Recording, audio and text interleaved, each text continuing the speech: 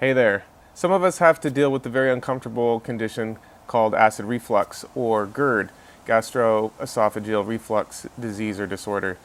So what happens when we're diagnosed with that is that we're usually given drugs that suppress our stomach acid. We think that our stomach acid is too high, obviously, because the acid is coming up into our esophagus.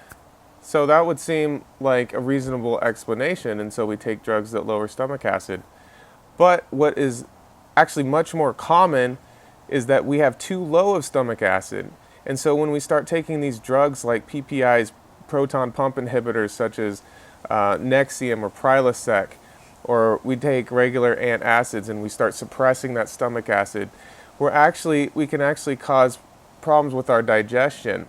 And it relieves some of the acid reflux, but it can still persist and sometimes even get worse. So let's go through a little bit of the anatomy.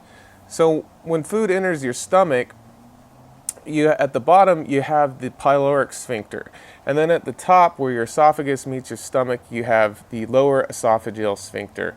So when pressure builds up in your stomach, it needs to release. If the pH in your stomach isn't low enough, if there isn't enough stomach acid, then it won't open, and therefore it has to relieve that pressure somehow. So it actually opens up the lower esophageal sphincter, and then the acid from your stomach starts burbling up into your esophagus and causes very uncomfortable pain.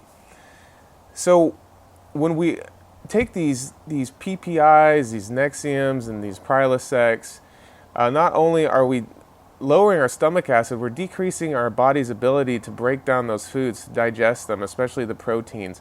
And this can actually even cause malnutrition. A lot of people start taking these PPIs like Nexium and omeprazole, and they find that their skin, hair, and nails are becoming very weak and fragile. Their nails are brittle and their hair is weak. This is because they don't have enough stomach acid to break down those foods so that the body can absorb and nourish itself. So how do we fix this in an easy way, and a way that doesn't involve drugs or a prescription? We can increase our stomach acid. One of the easiest ways is to take some apple cider vinegar.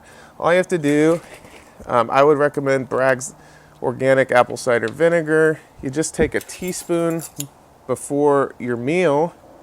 You can take more if you want, and you want to put it in a little bit of water because it can strip the enamel off your teeth, but not too much because you don't want it too dilute. You want that acid to be able to help your stomach kick up the stomach acid. It's also a great tonic for the day. It doesn't taste so great, but if you're trying to lose weight, it's really good for maintaining or keeping good control of your blood sugar levels. It also increases your satiety, so it helps you feel fuller sooner and longer. So you don't want to eat as much, and you can go longer times between meals without feeling super hungry. Another supplement you can take before meals that will help increase that stomach acid and decrease the incidence of acid reflux or GERD is betaine. It's also known as TMG or trimethylglycine. This is a different, there's different types. This is actually the form that you don't want, but excuse me, taking this as kind of create a little problem there.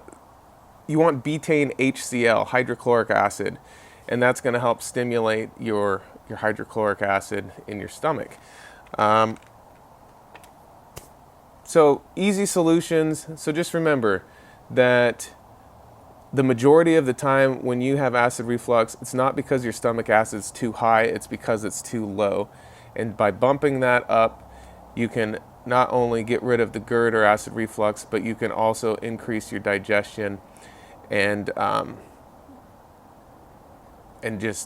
your body will increase. Digestion is going to help your body be more nourished and healthy. So hopefully that was helpful and that made sense. If it was, give me a thumbs up for the video, and Make sure you subscribe if you haven't already, and we'll check you out in the next video. All right, thanks. Bye.